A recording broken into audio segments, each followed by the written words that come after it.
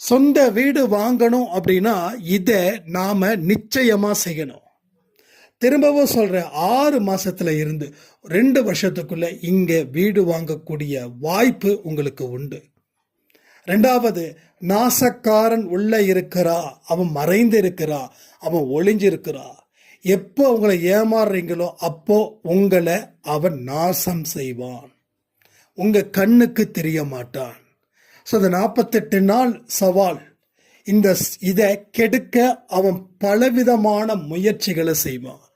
So இந்த மகாயுத்த பயிற்சியில் தொடர்ந்து கலந்துக்கிறவங்க எந்த பதிவையும் தவற விடக்கூடாது. ஒரு பதிவிலும் சாய்ப்பாட சொல் இருக்குது. உங்க மாயை, உங்க விதி கட்டுப்பட வேண்டும் என்றால் நீங்கள் கடவுளுக்கு கட்டுப்பட்டவர்களாக மாற வேண்டும். அது இருந்தாதான் வாழ்க்கையில எல்லாமே நடக்கும். இல்லை என்றால் நடுத்தெருவிற்கு நாம் வந்து விடுவோம். உங்களை நேசிச்சிங்களா? நேசிச்சிருக்க மாட்டீங்களே. உங்களை நேசிச்சாதான் வாழ்க்கையில அடுத்த அடி எடுத்து வைக்க முடியும். அது எப்படி நேசிக்கணுன்றதையும் இந்த பதிவில் ரொம்ப தெளிவாக சொல்லியிருக்கோம். ஒரு பிரார்த்தனை பண்ணிடலாமா? என் அன்பு சாய்ப்பாவே நன்றி. என்னிடம் இருக்கும் நாசக்காரன் என்னை விட்டு அகல வேண்டும் சாயப்பா. எங்கள் வீடு கனவு நினைவாக வேண்டும் சாயப்பா. எங்கள் வாழ்க்கையில் அடைந்த பல துன்பங்களை கரைக்க வேண்டும். நீரே எங்களுக்கு சகல உதவியும் செய்ய வேண்டும். எனது ஜீவன் உன்னிடமே உள்ளது, என்னுடைய சந்தோஷம் உன்னிடமே உள்ளது, எனது வாழ்க்கையும் உன்னிடமே உள்ளது. எனக்கு தேவையான அத்தனையையும் நீர் செய்து தாருங்கள் என்று நாங்கள் கேட்கப் போவது இல்லை. எங்களுடைய ஒழுக்கத்தையும் எங்கள் முயற்சியையும் எங்கள் உழைப்பையும் பார்த்து நீ என்ன தரியோ அதை நான் முழு மனதோட வாங்கிக்கிறேன். நான் செய்த பாவத்தை மன்னித்து எனது வாழ்க்கையை உயர்த்த போவதற்காக நன்றி. இந்த முழு பதிவையும் எனக்கு நீ கேட்க வைக்க வேண்டும். இந்த முழு பதிவை கேட்கும்போது எனக்கு எந்த தொல்லையும் இல்லாமல் இருக்க வேண்டும். நீரே எனது பரிபூரண சுதந்திரக்காரன். நீ மனது வைத்தால் மட்டுமே நான் சுதந்திரமானவனாக இருக்க முடியும், வாழ முடியும். என்னை உங்கள் இதய கதவின் மூலம் திறந்துவிட்டு எங்களை உங்களிடம் வையுங்கள், வாழ வையுங்கள். எங்கள் வாழ்க்கையில் பல நல்லவைகளை நிச்சயமாக நாங்கள் எதிர்பார்க்கிறோம், நீர் செய்வீர் என்று. அப்படி செய்வதற்காக நன்றி நன்றி நன்றி. பதிவு ஆரம்பிச்சிடலாமா? பிரார்த்தனை செம்மையாக இருந்தது. ரொம்ப ரொம்ப ரொம்ப ரொம்ப எக்ஸலண்ட்டான ஆடியோஸ் எல்லாம் இனி வரும். பவர்ஃபுல் ஆடியோஸ் வரும். ஏன்னா பவர்ஃபுல் ஆடியோஸ் பவர்ஃபுல் பர்சனுக்குன்னு சொல்லி இந்த பதிவை நான் தொடங்குகிறேன். சாய்ராம். என் உயிரின் உயிரானவர்களே, 2வது நாள் இன்று. மாயுத்தா ஒரு பெரிய திருப்புமுனைய சத்தியமா ஏற்படுத்த போகுது. இது ருத்ர தாண்டவத்தோட இதனுடைய தாக்கம், இதனுடைய வெற்றி அதிகமாக இருக்குன்னு எனக்கு தோணுது. சாய்ப்பா என்னோட கனவுல வந்து பயிற்சியில கவனத்தை செலுத்து, மனதை வேறு எந்த இடத்துலையும் நீ செலுத்தாத அப்படின்னு ஒரு கனவு வந்த உடனே நான் டக்குன்னு எந்திரிச்சிட்டேன். உடனே சாய்பாவுக்கு நான் பிரார்த்தனை பண்ணி, உன் பிள்ளை உன்னை விட்டு எங்கும் செல்ல மாட்டேன் அப்படின்னு நான் ப்ரே பண்ணிட்டு மறுபடியும் நான் தூங்குனேன்னா உண்மையிலே பெரிய ஒரு வைப்ரேஷன். இதை நீங்கள் நிச்சயமாக அன்பை சாய் குடும்பத்தில் சொல்லணும், சொல்லியே தீரணும். இது என் மீது சத்தியம் அப்படின்னாங்க. அந்த பதிவு என் கண்ணில் பட்டதால நான் உங்களுக்கு சொல்லிட்டு இருக்கேன். ஸோ நமக்கு அந்த மாயை நேற்று வேற வழி பண்ணிச்சு. வீடு ரெஜிஸ்ட்ரேஷன் கொஞ்சம் லேட் ஆகுது. பக்கத்தில் டீ கடையோ சமோசா கடையும் தான் இருக்குது, ஃப்ரூட்ஸ் கடை இல்லை, ஜூஸ் குடிக்க முடியல. உடனே மளிகை கடையில் போயிட்டு 2 வாழைப்பழம் வாங்கி நானும் விஷ்ணு சாய்ராமும் சாப்பிட்டோம். மற்றவங்களுக்கு டீயும் சமோசாவும் கொடுத்தோம். ஏன்னா எதுவுமே இல்லை அப்படின்னு நினச்சி நம்ம கோதாவில் இறங்கிடக்கூடாது. இருக்கு, அது நம்ம கண்ணுக்கு தெரியல. நம்ம மனம் எதை தேடுகிறதோ அதை மட்டும்தான் கிடைக்குன்னு சொல்லுவாங்க. நம்ம என்ன நினச்சோம், இதை நமக்கு சாதகமாக பயன்படுத்தணும். ஓகே, வேறு வழி இல்லை. இருந்தால் நம்ம சாப்பிட மாட்டோமா? இல்லை, இருக்கு. வேறு ஏதோ ஒன்று இருக்கு, இது மாய சக்தி, இது நம்மளை இப்படிதான் உசுப்பேத்தோம் அப்படின்னு. ஏன்னா இந்த 48 பாயிண்டில் 1-2 பாயிண்ட்டை விட்டா கூட மீதி இருக்கக்கூடிய 46 பாயிண்ட்டும் வீணா போயிடும், நாசமா போயிடும். ஒரு சின்ன ஒரு வில்லனை உள்ள விட்டா என்ன பண்ணுவான், இருக்கிற எல்லாத்தையும் கெடுத்துருவான். சரி, இவன் தானே அப்படின்னு சொல்லி நம்ம அலட்சியமா இருக்கக்கூடாது. அவன் தாங்க வில்லனா இருக்கிறான், அவன் வரவும் வில்லை. டீயும் சமோசாவோட வரவும் நாளைக்கு பிரியாணியும் பரோட்டாவும் கேட்பான். ஸோ இதுதான், இந்த கூத்து தான் இங்கே நடக்குதே தவிர வேற எதுவும் இல்லை. அதனால இந்த மாயுத பயிற்சியில் தயவு செய்து தயவு செய்து தயவு செய்து முழு கவனத்தை வைத்து செயல்பட்டால் வெற்றி நிச்சயம். இது சாயன் சத்தியம் என்பதை மனதில் வைத்துக்கொண்டு வாழ்க்கையை வாழ வேண்டும். நீங்கள் உங்களை சுற்றி என்ன நடந்தாலும் சரி, பயிற்சியில் இருக்கக்கூடிய எந்த ஒரு விஷயத்தையும் நீங்கள் தவறவிடக்கூடாது. இன்னொன்று சொல்லியிருக்க, அன்பை சாய் பதிவை கேட்காம விடாதீங்க. ஏன்னா இப்போ இந்த பதிவு கேட்கறதால இன்னும் உங்களுக்கு மாயுத பயிற்சியில் கலந்துக்கிறதுக்கு ஸ்ட்ராங் ஆகுது. ஒருவேளை இந்த பதிவை கேட்கலன்னா நீங்கள் என்ன பண்ணுவீங்க, இதில் அப்போ நிறைய விஷயங்கள் இதில் சொன்னதால் நீங்கள் செய்கிறீங்க. ஒருவேளை இதை கேட்கலன்னா நீங்கள் உங்களுக்குள்ள ஒரு நியாயத்தை ஏற்படுத்தி அதுதான் நல்லது, வேற என்ன பண்ண முடியும் அப்படின்னு உள்ள விடுவீங்க. உள்ள விட்டுட்டா எல்லாமே நாசம் பண்ணும். நாசக்காரன் காத்து கொண்டு இருக்கிறான். நீ எப்போ தூங்குவ, நீ எப்போ ஆசைப்படுவ, உன்னை எப்போ ஏமாத்தலாம் அப்படின்னு. நாசக்காரனோட புத்தி நாசம் செய்வது. அவன் வாழ்க்கையை வளர்க்க முடியுமா? அதே நாசக்காரன் என்ன பண்ணுவான், உங்களையும் சாயப்பாவையும் தள்ளி வச்சிருவான், பிரித்து வச்சிருவான். கடவுள் என்றைக்குமே, அதாவது ஒன்று புரிஞ்சுக்கோங்க, கடவுளை ஒரு பொருளை வச்சு நான் கம்பேர் பண்ண உங்களுக்கு ரொம்ப ஈஸியாக புரியும் நான் நினைக்கிறேன். விலை போகாத பொருளுக்குத்தான் விளம்பரம் தேவை, விலை போகும் பொருளுக்கு விளம்பரம் தேவையில்லை. புரியுதா? அப்போ கடவுள் புனிதமானவர், அவருக்கு இதெல்லாம் செய்கிறேன் நான் வான்னு சொல்லி இருக்க மாட்டார். ஆனால் நாசக்காரன் இருப்பான். நீ அங்கே போய் என்ன பண்ண போற, என்ன செய்ய போற? ஏன்னா ஜீசஸுக்கே நடந்த சோதனை. அவர் கடவுளோட பிள்ளை, அவர் கடவுளோட மறு அவதாரம், அவருக்கே நடந்தது. இந்த பாவம் செய்த மனிதனுக்கு எவ்வளவு பெரிய பாதுகாப்பை நம்ம வச்சுக்கணும். அவருக்கே இந்த சாத்தான சொன்னா, இங்கேருந்து குதி பார்க்கலாம், நீ கடவுள் கடவுள் சொல்லி நம்புறியே, குதி. அவர் உன்னை கையில் பிடிச்சிக்கிறான்னு பார்க்கலன்னு நக்கலும் நையாண்டியும் பண்ணால் நாசக்காரன் ஜீசஸை பார்த்து. இப்போ ஜீசஸ் சொன்னது ஒன்று தான் உங்களுக்கு சொல்கிறேன், எனக்கு சொல்கிறேன், எந்த இடத்துலையும் கடவுளை சந்தேகப்படாத. நீ சந்தேகப்பட்டா நீ கடவுளை வணங்க முடியாது, கடவுளை பார்க்க முடியாது. கடவுளுடைய அருமை பெருமை எதுவுமே உனக்கு தெரியாம போயிடும், எதுவுமே தெரியாம போயிடும். அப்ப இதை உள்ள வைக்கணும். அப்பதான் உள்ளுக்குள்ள இருக்கிற கெட்ட சக்தி, உங்களை நாசம் பண்ணக்கூடிய சக்தி, இதை உருவாக்கக்கூடிய நாசக்காரன் உங்களை விட்டு வெளியேறுவான். சொல்லுங்க, நாசக்காரன் வெளியேற வேண்டுமா? பதிவு பண்றீங்களா கமெண்ட்ல? நிச்சயமாக நாசக்காரனை நான் விரட்டுவேன். எல்லோரும் கமெண்ட் பண்ணுங்க. நாசக்காரனை நான் விரட்டுவேன், நாசக்காரனை நான் விரட்டுவேன், நாசக்காரனை நான் விரட்டுவேன். நாசக்காரன் வெளியேறிட்டா வாழ்க்கையில் உங்களுடைய ஒவ்வொரு பங்கும், ஒவ்வொரு முயற்சியும், ஒவ்வொரு உழைப்பும் வீண் போகாது, எப்பயுமே வீண் போகாது. அப்போ கடவுள் ஒரு அட்ராக்ஷனை கொடுக்க மாட்டார். நீ வா விளக்கேத்து, உன்னை அங்கே உட்கார வைக்கிற, உன்னை இங்கே உட்கார வைக்கிற அப்படின்னு. ஆனால் நாசக்காரன் சொல்லுவான், உனக்கு ஒரு நாட்டுக்கே தலைவனாக்குற, உன் வீட்டுக்கு இப்படியா இருக்காங்க அவங்கள பழி வாங்கு. இதெல்லாம் நாசக்காரன் சொல்றது. உன் கணவர் தப்பு பண்றாரா, உனக்கு வலிக்குதா, நீயும் தப்பு பண்ணு, அப்பதான் அவனுக்கு வலிக்கும். சொல்றது யாரு? நாசக்காரன். உன்னை அவன் ஏமாத்தினானா சரியான சந்தர்ப்பம் வரும், அவனை நீ ஏமாத்து. சொல்றது யாரு? நாசக்காரன். ஒருத்தர் நம்மளை தாண்டி வளர்றானா அவன் வளரக்கூடாது, அவன் வீழ்ச்சி அடையணும், அவன் வளர்றது எனக்கு பிடிக்கல. சொல்றது யாரு? நாசக்காரன். அவன் மட்டுமே சந்தோஷமா இருக்கணுமா, நான் சந்தோஷமா இருக்கக்கூடாதா? இருடா, உன்னை உண்டு இல்லைன்னு ஆக்குற, அப்படின்னு சொல்லி அவனுக்கு இடைஞ்சலை கொடுக்கணும், தடையை கொடுக்கணும், கஷ்டத்தை கொடுக்கணும். சொல்றது யாரு? நாசக்காரன். ஸோ நாசக்காரன் புத்தி நாசம் செய்யும் வேலைகளை மட்டும்தான் இருக்குமே தவிர நல்லது செய்யும் வேலையில் அவன் புத்தி ஈடுபடாதுன்றதை நீங்க முடிவு பண்ணிக்கோங்க.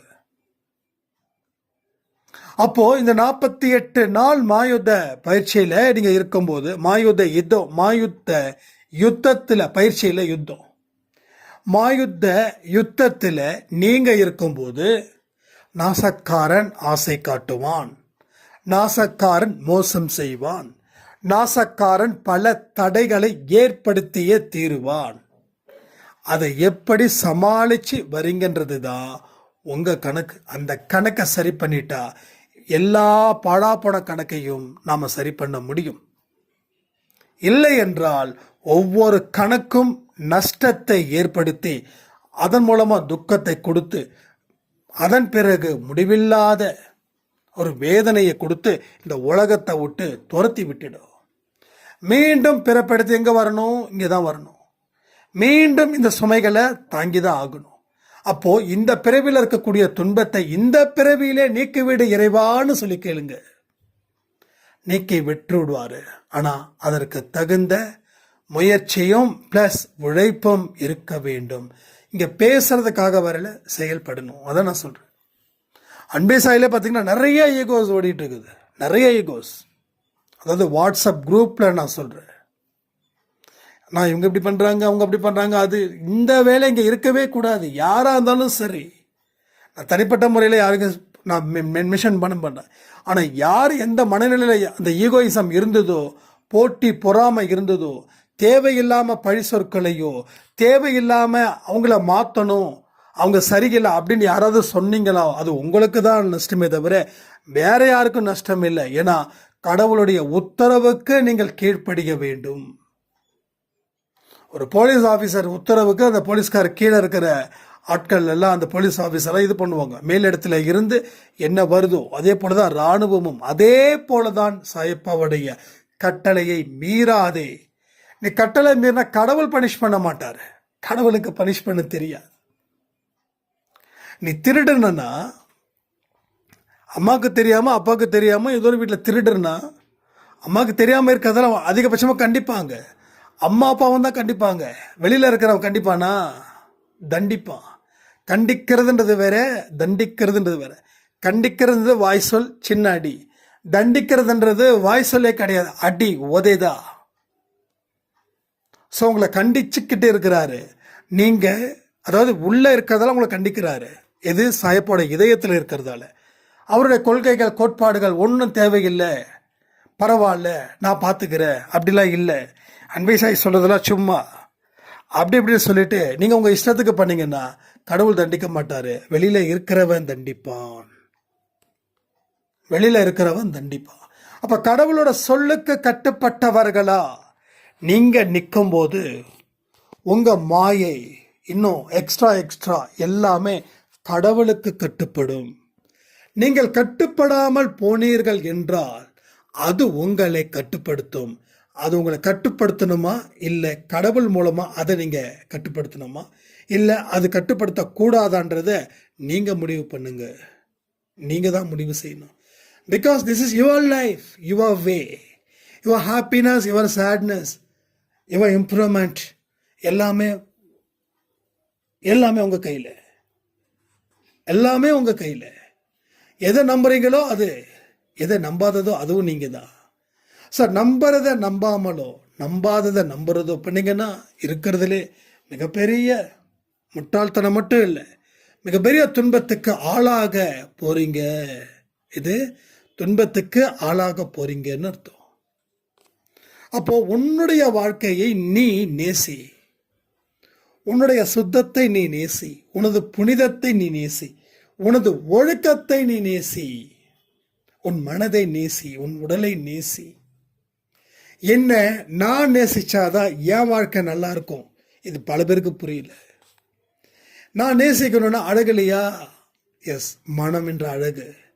தீய எண்ணங்களை விரட்டி நல்ல எண்ணங்களை வச்சிருக்கக்கூடிய ஒரு அழகு. பொறாமை உனக்கு தீய எண்ணத்தை விளைவிக்கும்.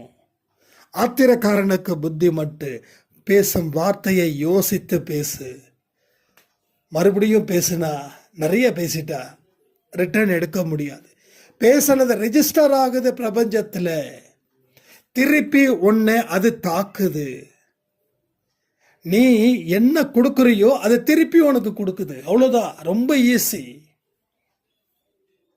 இதை தான் நான் என்னோட வாழ்க்கையில் கடவுள் இல்லை அப்படின்னும் போது கூட ஒரு லட்சிய வார்த்தையை நான் வச்சிருந்தது இது ஒன்று தான். நீ என்ன கொடுக்குறியோ அது திருப்பி உனக்கு வரும், திருப்பி உனக்கு வரும். ஸோ நம்ம இந்த வீடு ரிஜிஸ்ட்ரேஷன் பண்ணும்போது நம்ம ஃப்ரெண்டு கண்ணன், நான் நிறைய சொல்லியிருப்பேன், அவர்கிட்ட சொன்னேன் இது மாதிரி பண்ணியாச்சு அப்படின்னு. ரொம்ப சந்தோஷங்க. அந்த வீடு சாய்ப்பாட கோயில் போல அப்படின்னு. ரெண்டாவது நான் சொன்னார், சார் மோஸ்ட்லி வாடகை வீட்டில் இருக்கிறவங்க வாடகை வீடு தானே அப்படின்னு சொல்லி சரியாக மெயின்டைன் பண்ண மாட்டாங்க. நாம் 2 வீடு வாடகைக்கு விட்டுருக்கோம். வீட்டை பார்த்தா எப்போ பார்த்தாலும் ஒரு மாதிரி அழுக்காகவே இருக்கும். ஆனால் நம்ம வீட்டுக்கு வரும்போது, அது நம்ம இந்த வீட்டுக்கு வரும்போது அது எப்பயுமே ஒரு ப்ளசண்ட்டு, ஒரு நல்ல லுக்கு, அமைதி, எல்லாமே அவ்வளோ அழகாக இருக்குது சார் அப்படின்னு. நான் தான் சொன்னேன், அது வாடகை வீடாக பார்க்கலிங்க, என்னுடைய சொந்த வீடாக தான் நான் பார்த்தேன். ஒவ்வொன்றுக்கும் பைப்பு சரியில்லை, ஒரு 200 ரூபா ஆச்சு அப்படின்னு நான் பில்லாம் அனுப்பலிங்க. பைப்பு சரியில்லைன்னா நான் மாற்றினேன். அந்த டாய்லெட்டோட பேஷன் 4000 5000, அதை கூட நம்ம அப்பாலாம் சொன்னாங்க, டே இது 4000 ஆச்சே, நீ அங்கே சொல்லு அப்படின்னு. நான் சொன்னேன், இல்லை இந்த வீட்டுக்கு வந்ததுலேருந்து வாடகையை அவங்க ஏற்றவே இல்லை.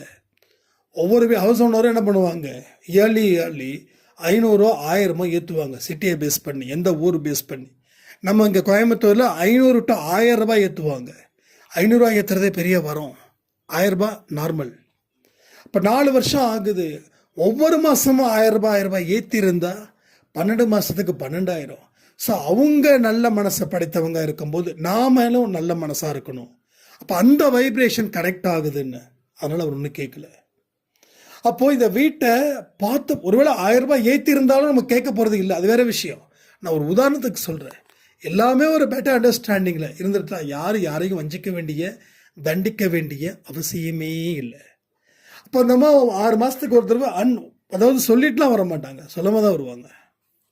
சொல்லிட்டு இருந்தால் கூட நம்ம எதுவுமே கிடையாது. எப்பயுமே நம்ம வீட்டில் நீட்டாக தான் இருக்கும். இங்கே வந்திருக்கீங்க சில பேர், வந்தவங்க உங்களுடைய கமெண்ட்டை ஓப்பனாக ஹானஸ்ட்டாக பதிவு பண்ணுங்கள். உங்கள் மனசில் என்ன இருக்குதோ அதை ஹானஸ்ட்டாக பதிவு பண்ணுங்கள். ஏன்னா வந்தவங்க சிலர், வராதவர்கள் பலர். ஆனால் எல்லாரையும் வர வைக்கணுன்றது என்னுடைய எண்ணம். ஆனால் நான் அதற்கு அவைலபிளாக இருக்கிறேனான்றது ஒரு பெரிய விஷயம். போன தடவை கூட கவிதா அம்மா வந்திருந்தாங்க, என்னால் அவங்கள ரிசீவ் பண்ண முடியல. ஸோ விஷ்ணு அண்ட் அம்மா அப்பா காயத்ரி இவங்க தான் ரிசீவ் பண்ணாங்க. நல்லா பண்ணாங்கன்னு நான் நம்பிக்கை எனக்கு இருக்குது. ரொம்ப சந்தோஷமாக தான் இருந்தது. நான் பார்க்க முடியல என்பது கொஞ்சம் வருத்தம் இருந்தது. அது ஒன்று தான். எதுக்கு சொல்கிறேன் அப்படின்னா, நீங்கள் எத்தனையோ பேர் வாடகை வீட்டில் இருக்கீங்களே, உங்கள் வீட்டை சொந்த வீட்டை போல் நினைத்து அந்த வீட்டின் மீது அன்பு வையுங்கள். இது நம்ம வீடா, நான் செய்யணுமா? வேண்டாம், நீங்கள் தான் செய்யணும். ஏன்னா இந்த வீடு உங்களுக்கு தூக்கத்தையும் ஒரு ரிலாக்ஸேஷனையும் ஒரு நிம்மதியும் கொடுக்குது. இந்த வீடு இல்லைன்னா எத்தனையோ பேர் ரோட்டில் திரியிறாங்க, ரோட்டில் படுத்து தூங்குறாங்க. எவ்வளோ அவ்வளோ நிலை தெரியுதா உங்களுக்கு? திரியிறன்ற ஒரு வார்த்தையை நான் வாபஸ் வாங்கிக்கிற, மன்னிச்சிருங்க. அது ஜென்ரலாக பேசக்கூடிய வார்த்தையாகிடுச்சு. ஸோ எத்தனையோ பேர் வீடு இல்லாமல் தெரு ஓரத்தில் இருக்கக்கூடிய ஒரு காம்பவுண்ட் சருக்கு பின்னாடி படுத்து தூங்குறாங்க. ஸோ அதை விட பார்க்கும்போது நமக்கு இந்த வீடு ஒரு சொர்க்கத்தையும் ஒரு நிம்மதியையும் தந்திருக்கிறது. அப்போ இதெல்லாம் இருந்தால் தான் உங்களால் வீடு வாங்க முடியும். நான் ஒன்று சொல்லட்டுங்களா? கடவுள் சத்தியமா, அன்பேசாய் சத்தியமா, என் மீது, நம்ம அம்மா அப்பா மீது, வெற்றி மீது தயவு செய்து நான் மன்னிச்சிருங்க. பெரியவங்க சத்தியம் பண்ணக்கூடாதுன்னு நீங்கள் சொல்லியிருக்கீங்க. ஆனாலும் நான் சத்தியம் பண்ணுறேன். நான் சொன்னேன் இல்லை, அடுத்த 6 மாதத்தில் இருந்து 2 வருஷத்துக்குள்ள சொந்த வீடு நிச்சயமாக நடக்கும். அதை இதை வச்சு நான் சத்தியமாக சொல்லலை.